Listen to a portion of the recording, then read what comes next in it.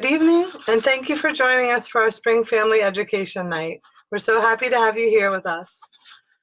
During a regular year, we would be inviting families inside the school at least twice for observations and family week, as well as for concerts and other events.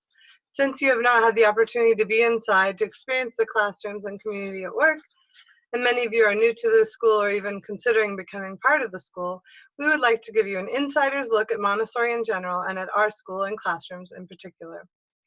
Before we begin discussing specific programs within Hawk Meadow, we would like to review some terms you may or may not have heard during your tour, your conferences, or in other Montessori references. One important concept in Montessori philosophy is that of sensitive periods. As you are probably aware, Maria Montessori was one of the first women to graduate medical school in Italy. She used her powers of observation and sometimes trial and error to recognize and record different qualities in children. One of the things that Maria Montessori noticed is that at certain developmental stages and ages, children experience an intense interest in certain topics and/or a pressing need to gain a specific skill. Maria Montessori called these developmental windows of opportunity sensitive periods. During these sensitive periods, she said, the child can learn the specified concepts more readily than at any other time in their lives. While in a specific sensitive period, the child will show an especially strong interest in certain activities or lessons. Conversely, if the child is not permitted or encouraged to explore those areas during the sensitive period, it is very possible that they will never recapture those opportunities later on in life. Some of the sensitive periods are clearly more academic in nature, math patterning, vocabulary acquisition, and reading and writing as examples. But there are also those that relate more to personal and interpersonal development, relationships, communication, and emotional control. There is a portion of our Montessori curriculum devoted to grace and courtesy, and we model and encourage kindness, responsibility to others, and diplomacy from toddlers all the way through middle school. As we travel through the classrooms here at Hawk Meadow tonight, it is helpful to remember that each curriculum area is set up with materials moving from the most concrete to wholly abstract, and from activities with just 1 or 2 steps to lessons with 25 or more steps. Without knowing it, as the child moves through the curriculum, they are becoming more adept at remembering and repeating complicated and long lists of instructions, as well as training their mind and hand to more complicated and abstract operations. In addition to becoming more adept and skillful in all of the curriculum areas, they are also developing increased order, coordination, concentration, and independence. We, the teachers and directors and family members of Montessori students, have seen firsthand how the development of the skills above through use of Montessori materials in the classroom leads to another very important quality in our students, increased confidence. There is a lot of talk of threes in Montessori. A couple of examples are the 3-year cycle, which refers to how the classroom is set up, and the 3-period lesson, which describes the way concepts are introduced, reinforced, and then mastered. The mixed stage grouping in Montessori is generally based on a span of or cycle of 3 years, with the exception of toddlers, and offers many benefits. The younger ones learn from the older ones feel responsible and are the role models and student leaders, teachers in the classroom, and the middle students are both helping those younger and still gathering all the skills, both academic and interpersonal, necessary to eventually become leaders themselves. Children here at Hawk Meadow are encouraged to follow 3, there's another 3, basic principles: respect for oneself, respect for others, and respect for the environment.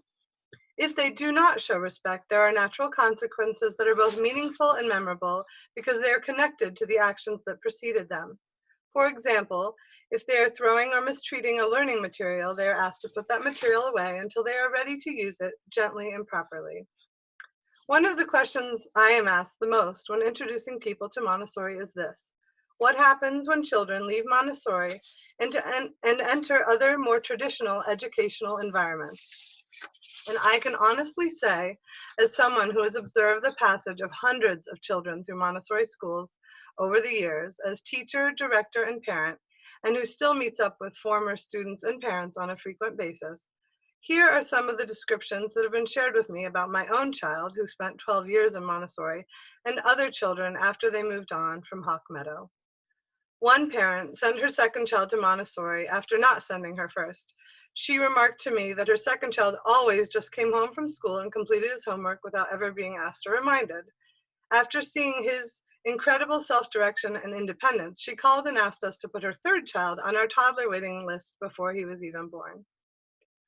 Some of the other descriptions I've heard are that the children have an incredible aptitude for communication and clear-headed reasoning. They exhibit the qualities of a leader in discussion and in action, and they have a positive and gracious attitude. One of our former students who is now applying for college wrote her college entrance essay about the foundation she gained here at Hawk Meadow Montessori, and she included the following sentence: "The Montessori method ingrained in my character gave me a love of learning and a curiosity to discover beyond what my teachers require of me." We will now turn our attention to the different program levels offered here at Hawk Meadow. We will give you a glimpse into the classrooms, beginning with the toddler program as described by Barbara. Hold one moment, we'll be switching over to see Barbara. Okay. Hi, and welcome. I was thinking that we could. Hi. Hi, everyone. Sorry. Welcome to the Hawk Meadow Montessori School Toddler Program. This beautiful toddler room is designed to encourage freedom and exploration in children 18 months through 3 years old. You'll see, because I'm so tall and everything looks out of proportion, the room is set up actually at the eye level of a 3-year-old, about 3 feet off the ground. So everything here is accessible to the child, and independence actually is something that I'm going to be talking about today, because during the first year and a half, during this period of time in the toddler room, children are going through quite a few sensitive periods.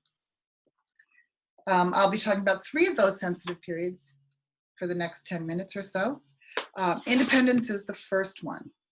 It's probably one of the first things you think about when you think about a 2-year-old. They just want to do everything for themselves. Independence here is encouraged and expected, from hanging their jackets to putting on their shoes, and to getting a snack and cleaning up after themselves. This is the dishwashing station here. They would clean up spills with towels, hang them to dry. This is their little eating station. And we actually have a beautiful independent toilet, tiny little toilet for them. Okay. Because everything in the room is accessible, they gain a true sense of empowerment by accomplishing the tasks that they are setting out to do. The first sensitive period I'm going to be talking about is that independence, right? So it's encouraged, and they gain a real good sense of empowerment from that. The second sensitive period is language, and that's taking place between 1 and 3 years old. They're very, very sensitive to language. They're interested in hearing the words to everything, what the name of everything is, and they are most importantly starting to use language to convey what it is that they want and what they're thinking. Many lessons in the toddler room and throughout Montessori are given using the 3-period lesson. Come along. I'll show you what a 3-period lesson is now. For a 3-period lesson, little bit, oh, hi. Yes, this is good. We would invite the child to come and sit down at a rug with us, where we will then take out some objects and name them, hand them to the child, have the child repeat it. This would be the first period where they're just receiving information. So we would say sphere, sphere. And we would hand this to the child who would then, this is gonna be a problem, who would then repeat the word, sphere, it's okay. And we'd put that off to the side. We would take the next one, cylinder, cylinder, cylinder. And we would hand it to them and they would hold it in their hands because we know there's a connection between the hand and the brain, making marks, cylinder. I mean, let's say left to right, top to bottom. I'm showing it to you from here. And then we would do a third one, if it was an initial lesson, cone, cone, cone. And they would hold this, they would feel it, they would repeat the word cone. That is considered the first period where they're being introduced to a new concept or the words. The second period would be then asking the child, where is the cone? Where's the cone? And they would point to, hopefully they remember that this is cone. They would point to the cone. Where is the sphere? Sphere. That's right, the sphere. And where is the cylinder? And they would point to the cylinder. After that, they would be ready for the third period, which is where they would then be able to repeat, come up with the word on their own. And they would say, and you could say, what is this? And they would say sphere. And what is this? They would say cylinder. And what is this? And they would say cone.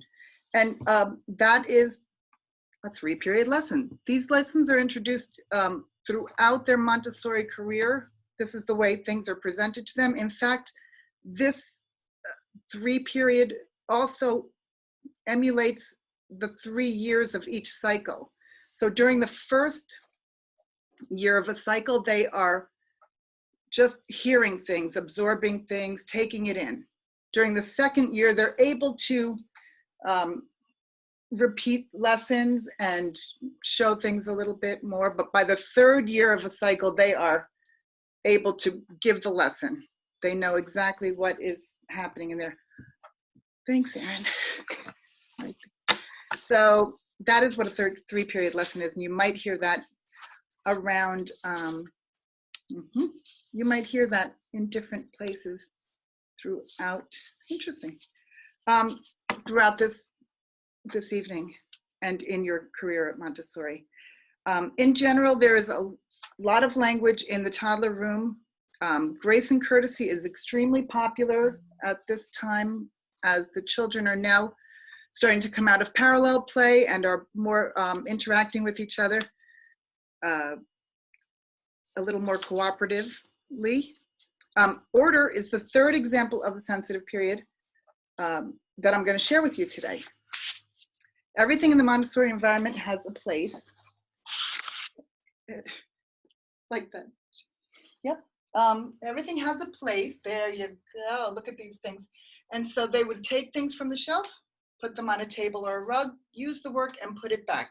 And the toddlers are so interested in having things back in order because it makes them feel secure and comfortable that they will find something out and they will put it away because it makes them feel better. So anytime they see things that are out of place, they will put it away in this room. It's a very beautiful and interesting phenomena.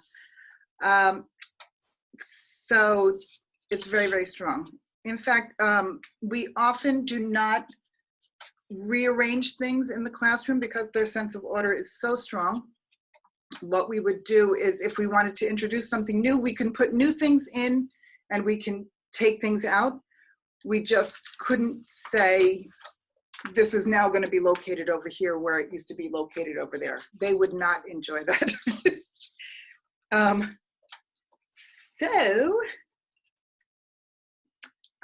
I've also just removed things.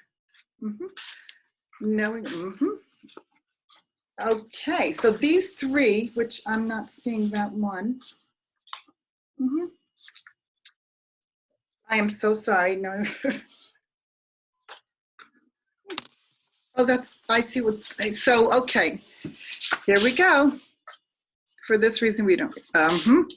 So these three sensitive periods, okay, my head, these three sensitive periods, independence, language, and order, play a very, very important role in the emotional intelligence of the child.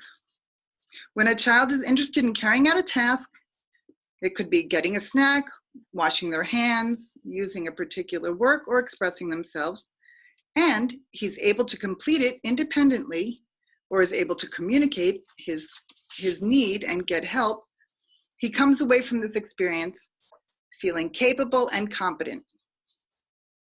And that leads to strong self-esteem. And we feel that that emotional intelligence is one of the really strong things that they gain throughout their career, their time here at Montessori. So with that, we are going to go. Thank you for visiting the toddler room. We're going to go into the primary classroom. Let's go. Thank you.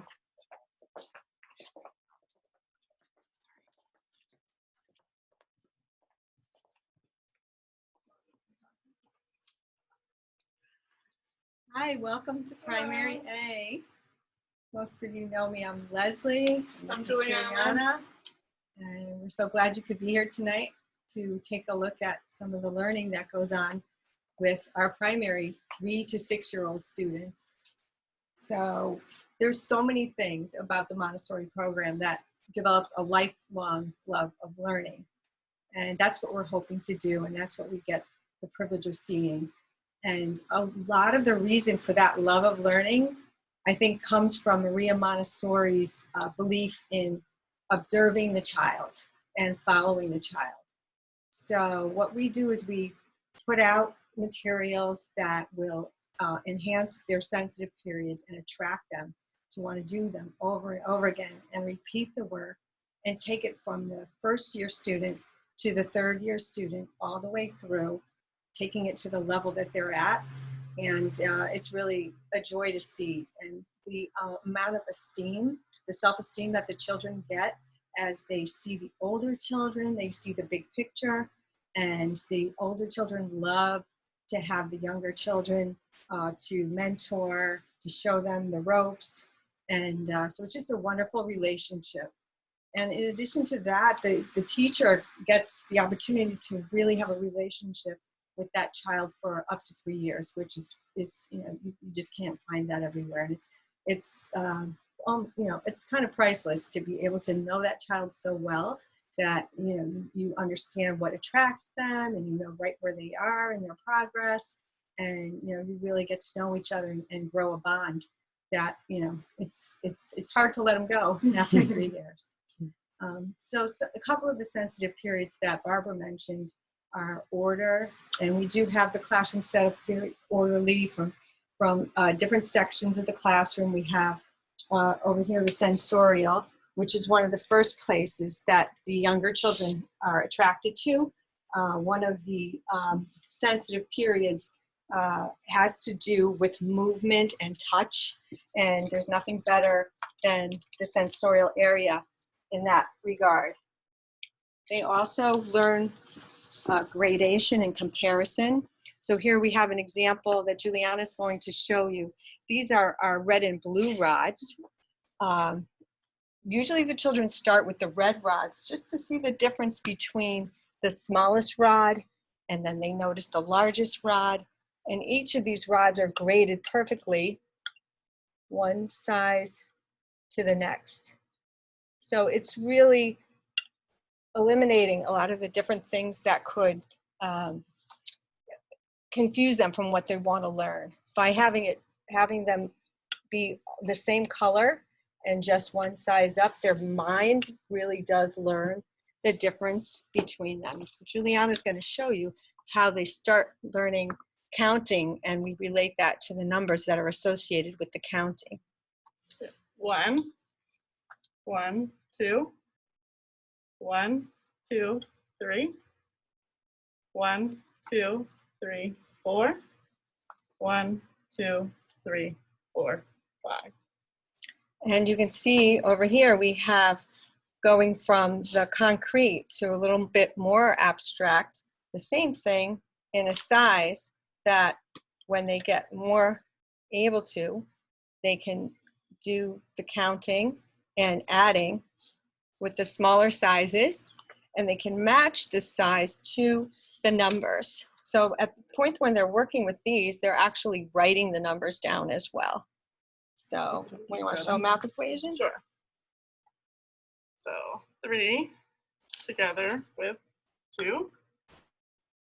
1, 2, 3, 4, 5 is the same as 5. So the children in the beginning are happy just to take these and put them back and carry. They start with the small one, and the next thing you know, they're carrying something that's longer than their body. And there's a careful way to carry it, so we make sure that it's nobody's rushing and everybody's staying safe.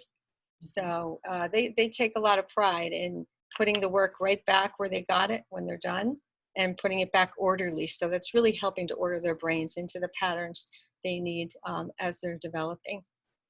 Okay, from that, let's move on to another favorite. This is our binomial cube. There's 3 different levels of our cubes, and the children do see cubes all around the classroom. The famous pink tower is made of cubes. There's 10, and they see the pattern of 10 throughout the classroom as well, so that they're really starting to learn the decimal system by starting with the pattern of 10s. So here's some cubes, and we also have some prisms. So they're learning the shapes, and this helps them, by having a control of error, show them where to put the blocks together so that there's a control of error. So by doing it themselves, they become independent. Let's see, did that work? The box won't close, so let's try again. And our youngest student was doing this yesterday, and Juliana and I watched until he figured it out on his own, and he was extremely proud of himself to do what he sees the bigger kids doing, and then put it back on the shelf just like that. So unbeknownst to them, this is actually an algebraic equation that shows up again later in upper and lower elementary. So they're forming the sensorial feel for what becomes later an abstract algebraic equation. It's pretty amazing. Okay. We're going to move over to some more math.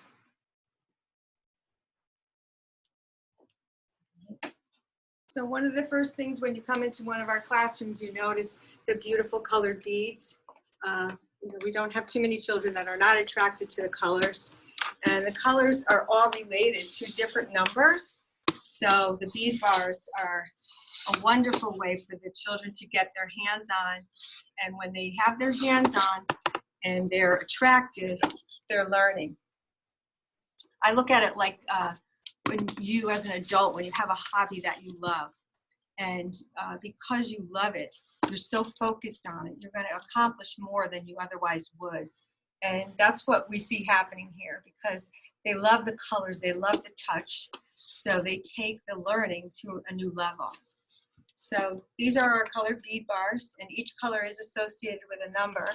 And Juliana is going to show one of the first works we do, where she's going to find the number 4. And match it to the bead stair that she built. So throughout the classroom, when you see yellow, you know that that signifies the number 4. Our bead bars are 4, our bead chains also are in 4s. So maybe we'll do one more.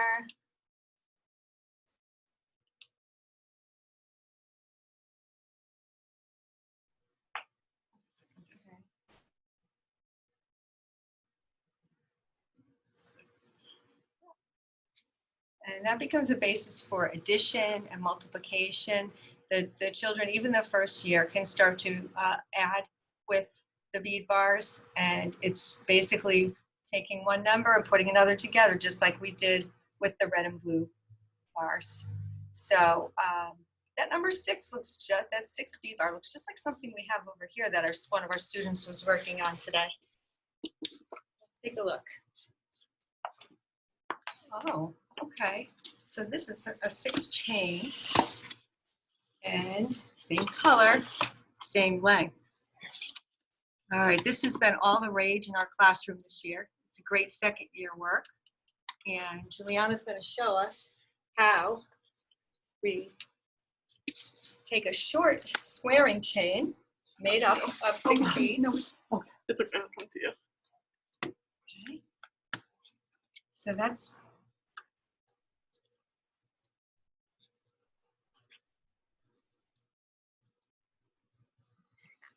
called our 6 squaring chain. Could you see one? Yep. So let's see, these look the same. Now we are going to use our squaring chain because our student completed all her squaring chains and she's working on her cubing chain, which is also known as the long chain. And we are going to measure out our long cubing chain.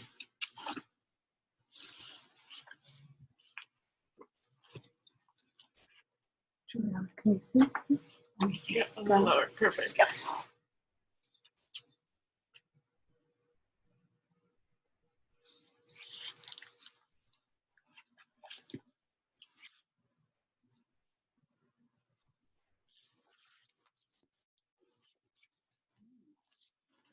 So you can see all the movement. They're at a sensitive period for movement, and using their hands to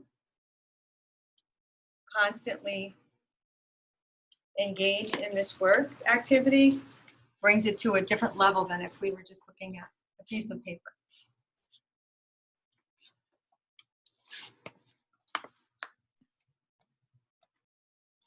Okay, so what we did was we measured out all the squares. Let's see how many squares piled up. Let's pile them up next to the cube. 2, 3, 4, 5, 6. Look at that. So our 6 squares are the same as 1 6 cube. So I wonder how many beads are in the cubing chain.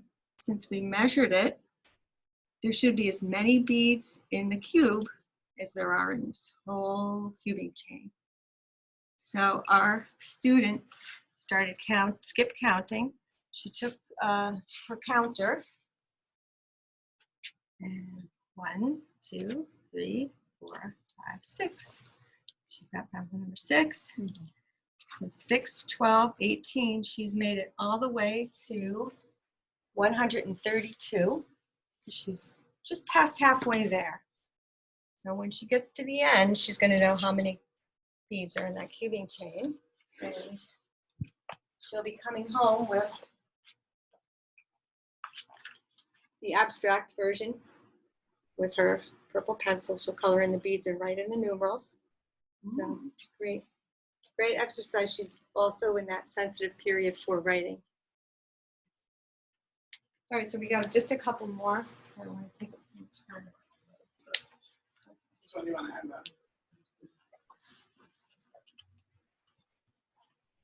This is our golden beads, which we spend so much time working with. And this is called the building tray. It is one of the best ways I've seen of really visualizing and understanding the difference between the units in the decimal system. So, yeah. 1, 10, That's 100 squared. 100, And that's the 1,000 cubed. 1,000. So the first time they're introduced to this, just like Barbara showed you, exact same thing. This is a unit bead. They roll it around. This is the 10 bar. They count to 10. Okay. So now we're on to after they've done that for a while, they know the names. We do the second period lesson, the third period lesson. And once they know the names, then we move on. 1, 2, 3, 4, 5, 6, 7, 8, yeah, Perfect. 9, Yep. 10. Wow. So 10 unit beads is the same as a 10 bar. Okay.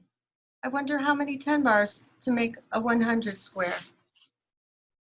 Let's check it out. 10, 20, 30, 40, 50, 60, 70, 80, 90, 100. Yep, it's the same. 10 bars equals 100 square. Wow, let's see how many 100 squares make 1,000 cubes. 100, 200, 300, 400, 500, 600, 700, 800, 900, 1,000. Wow. And they love this. They really do. And it makes so much sense, doesn't it? I wish I learned math like that. And visualize it. So after that, there's all kinds of time that is spent on getting to know the decimals and matching the thousands cubes and the 100 squares. There's a huge work that you might have seen where they built very proudly all the way up to 9,000, starting with 1 unit bead. So I just thought I would show you really briefly. This is one of our second year students that today, for the first time, did multiplication with the golden beads. So the first thing they do is they go to our bank. We have a bank full of the cubes, the squares, the unit beads. They love going there to the bank and building numbers. And this was the number that he built. So he built 1,000, 223. Okay. So 1,000, 223. Okay. Wow. And he did it 6 times. All right. So there was a row. There were 6 rows here of this exact same thing. So we call it taken 6 times. Instead of times 6, it was 1,223 taken 6 times. We have the equation line, the equals, and we moved it all over, which of course they love the building, as you can just imagine.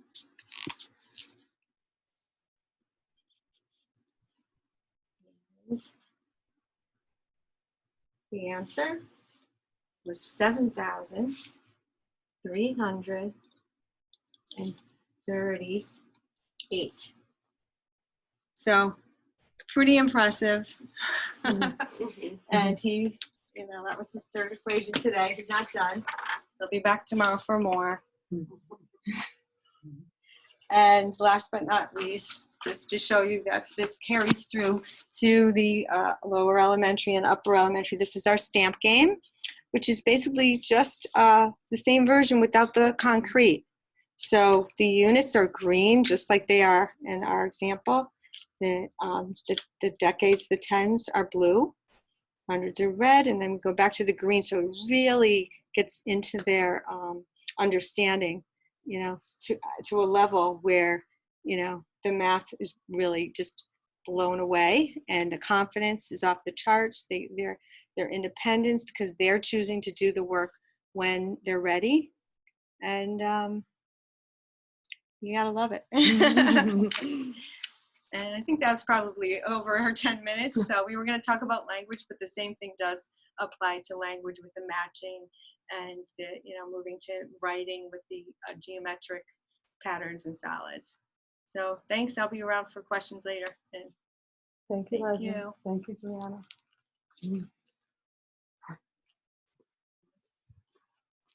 Let's go to lower elementary now.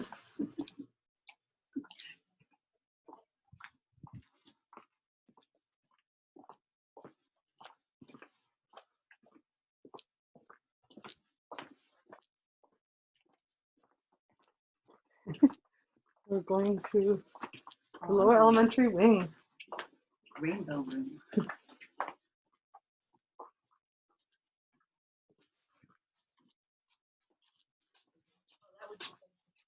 Hello. Hi,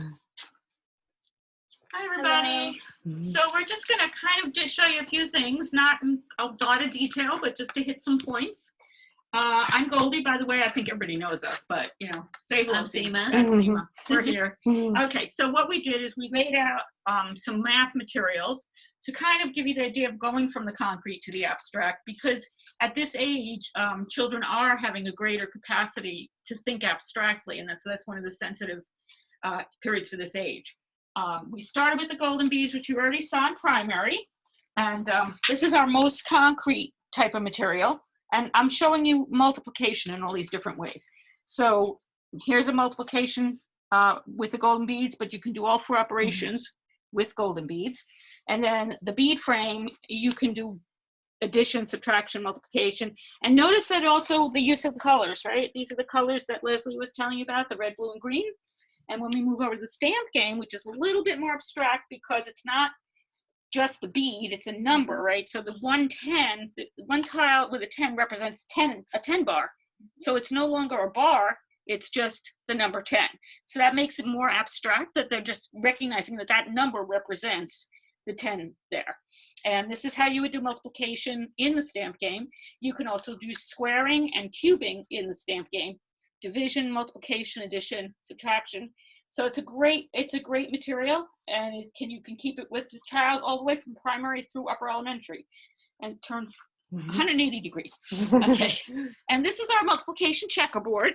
Within this multiplication checkerboard, there are a bunch of different steps or stages.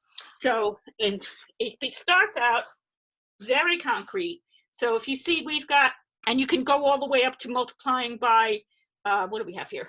10 million, 100 million.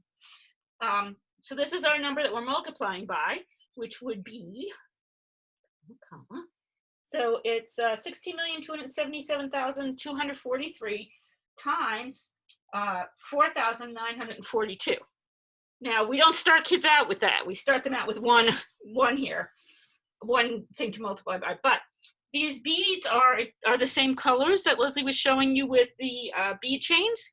So they represent the same. We've got a pink for the 3.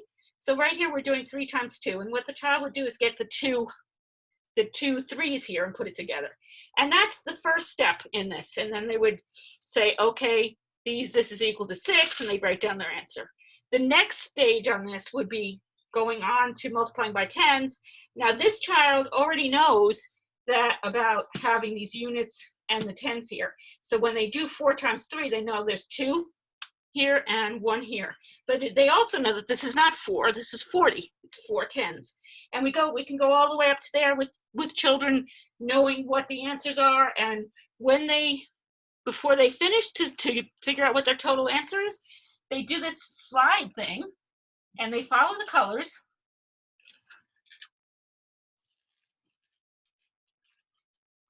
And they do roll. You gotta watch that. So green goes to green, red goes to red, blue goes to blue, and so on.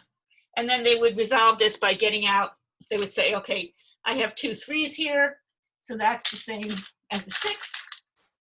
And then they would write down their answer when they're done with that. Later on, they would do, not do the slide, but write the numbers down and add them abstractly. In order to progress on to division, they have to know how to do multiplication because they have to be able to check their work. So this one is used basically for multiplication. And I just wanted to give you a little bit of an idea here. This multiplication decimal checkerboard, usually used in upper elementary, but I wanted to just show you how you can even get the idea of decimals by using this checkerboard. So this is 2/10 and this is 3/100, and you would do it exactly the same way. So what they've done is the lighter colors are the decimals. So, and then of course the most abstract would be, can they see this? Okay, so here, in order to do the division, you need to be able to do an abstract multiplication here to do your check. So that's math, and I know we talk about math a lot, so I wanted to give you a couple of other materials. I wanted to talk about a very important idea called control of error. And you may have heard that term, and you might say, what is that? I think Leslie mentioned it briefly. Control of error means that the child can see whether they've done the work properly or not by themselves without a teacher telling them you did it right or you did it wrong. In this particular material, they would lay out this is called the skyscraper. They lay out the cards, and the idea is they start with the card that has nothing here and a word here, and they're making compound words. So they're gonna look and say, okay, this is gum. What can I put that with? Gumdrop. And now I've laid this out, as a child might, and the last word is board. But uh-oh, I have all these cards left over. So I obviously haven't done it properly. So now I have to say, oh, what else could it be? Well, I've got shoes here, and I can do snowshoes instead of snowboard. And I would move these down, and basically, I'm going to put my extra cards in play around with it until I get words that make sense all the way around. So teardrop, bareback, barnyard, surfboard. And now I come all the way around to my last word, and I've used all my cards. So then I would write it down in my book, these compound words that I've made.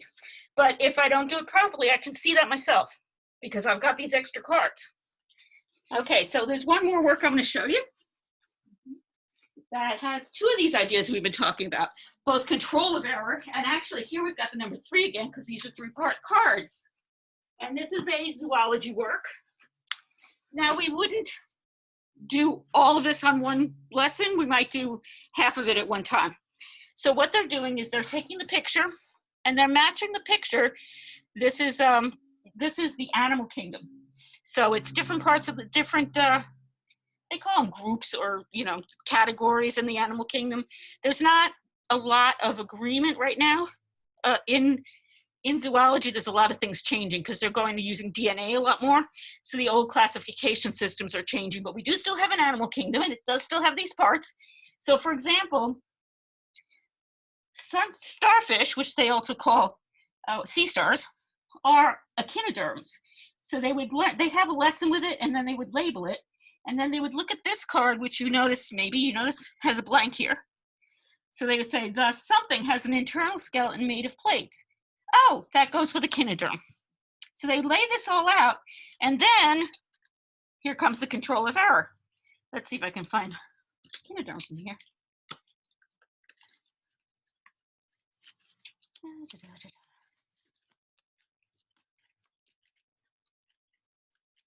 Nidarians, I love Nidarians.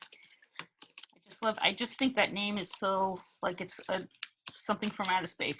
All right, well, I've got my arthropod card here so you can see that it matches the picture and the name. Here's my echinoderms. And my chordates, it matches. And then also I would go through, so here's, I don't have any images laid out. Here's my arthropod card. So here it has a blank. And here the name arthropod is filled in, so I can check that. The other interesting thing about this work is that it also has another piece to it that's very common in lower elementary Montessori and other levels too, which is called nomenclature. So the children are learning words, and they're learning here the Greek or Latin roots of these words. So Nidarians, it's saying, I don't know if I'm pronouncing that right, but niddle, which is nettle, and pteron, which is intestine. So it's got a needle intestine. The mollusks, it says Latin, mollis, soft. Up here, porous is a pore, ferret is to bear. Sponges are also called porphyrians. So they would write that down in their notebook so they have that reference material later on. So I think that's, a very brief run through some of the stuff we do here. And I'm always happy to answer questions. And talk about Montessori all day long. Thank you, Goldie. Thank you, Sina. I'm going to walk out through the classroom and go to upper elementary.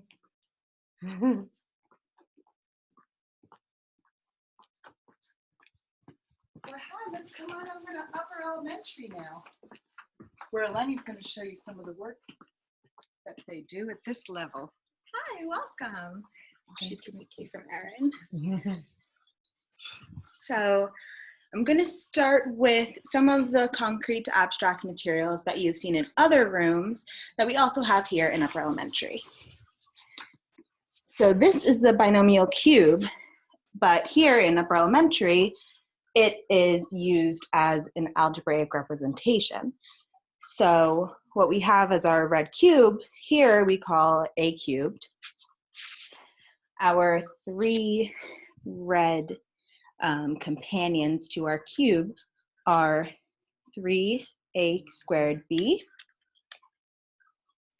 Our companions to our blue cube are 3b squared a.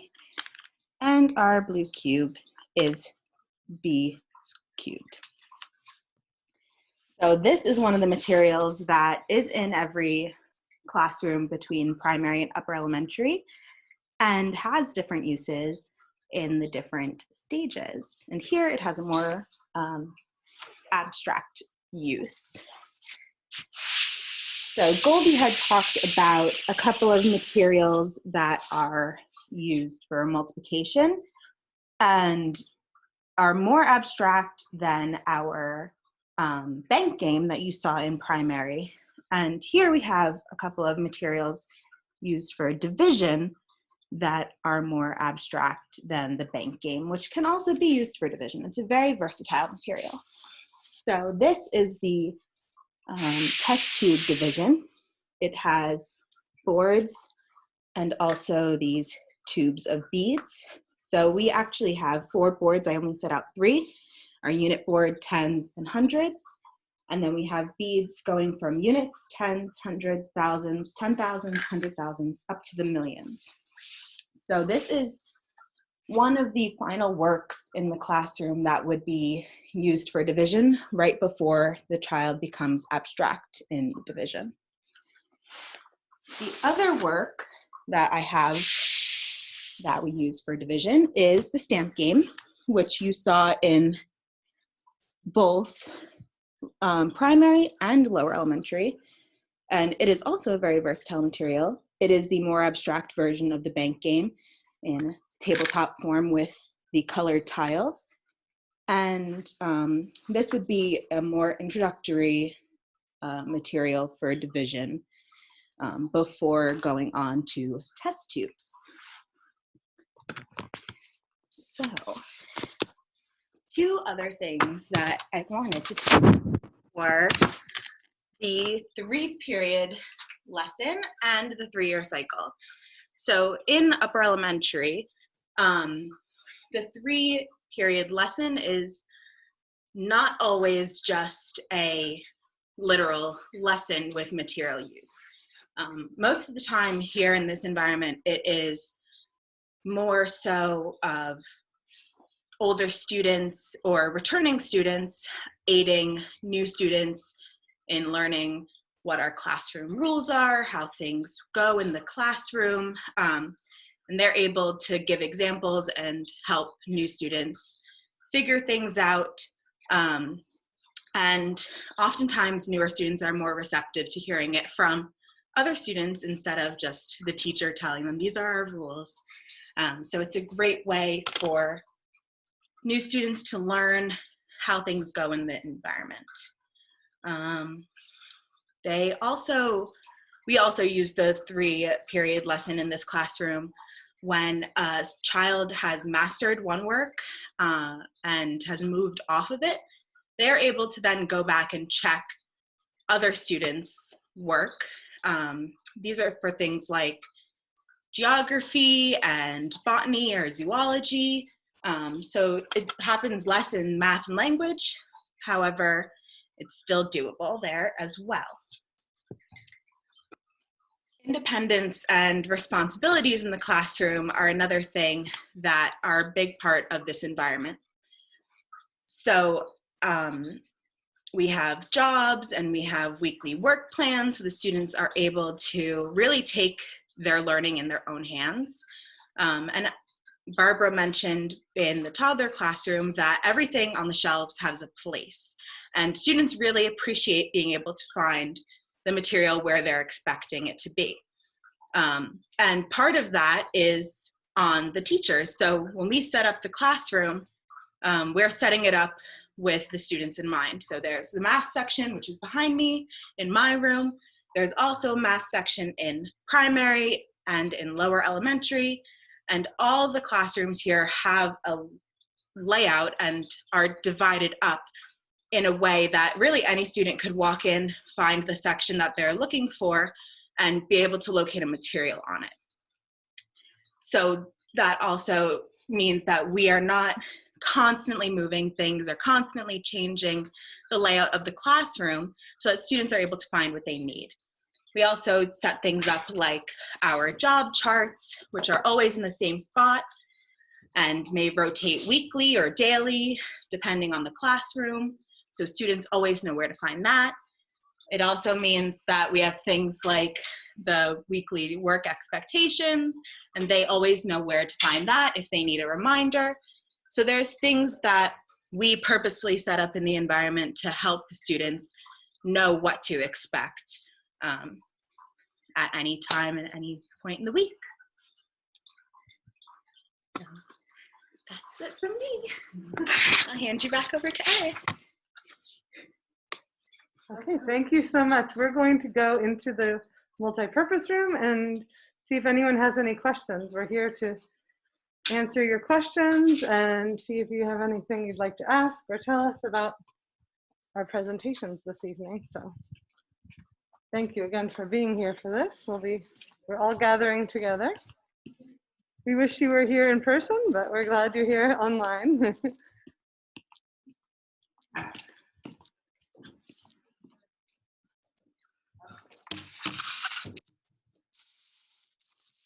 Are you able to see? Oh, okay. Great. Do any of our audience members have questions for us?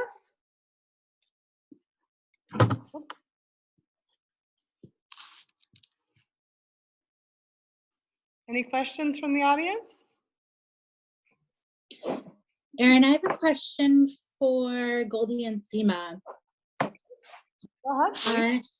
I'm just wondering, with the control of error game and then the matching the picture and the description, when do they do that? Is that a second and third year thing? It could be, or it could be something that a child that's not reading the whole thing yet might work with a child who is reading, and they might read the description and figure it out together. Yes. Okay. Good question. Thank you. Mm-hmm. Any other questions for the teachers?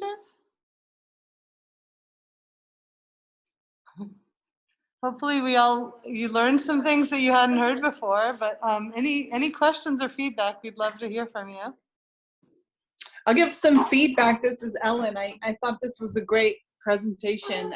You said it's going to be up on the YouTube channel for anyone to view afterwards? Yes, that's the hope. Yes, we'd like for prospective families or anyone who wasn't here tonight from the current population. That's the intention. Great, because I think it's a great way for prospective families to get a peek inside how the curriculum goes, from toddler to upper. Okay, great. Well, that's good feedback, and Thank you. we definitely will plan to do that very soon. Thank you. Hi, this is Rachel. Thank you so very much, everyone. It was really, really great. I still don't know how to do that multiplication, so I'll probably have to watch it on the YouTube. So for people like me who need to go slower, thank you so much for recording it, and thank you for giving of your time to share, this important work. So thank you. Thank you. Thank you for being here, and we're glad you all enjoyed it and maybe learned a little something too. I learned too. I always talk about the binomial cube on my tours, but I actually don't always know. I didn't know, all of it, but it's great to see some of these things in action. So. Erin, I have to say, Noah's primary teacher last year, or more than last year, a couple of years ago, she did the trinomial cube with me, and she showed me how it's the Pythagorean theorem, and it hooked me. Right. It's a really I think that's a cool connection, right? Yeah. Yeah. Absolutely. I had no idea what Eleni was talking about, and so I'm so glad that you're one of the smarter ones, because I was just looking at all those squares. I was like, okay, I'll make a video. It can be on YouTube too.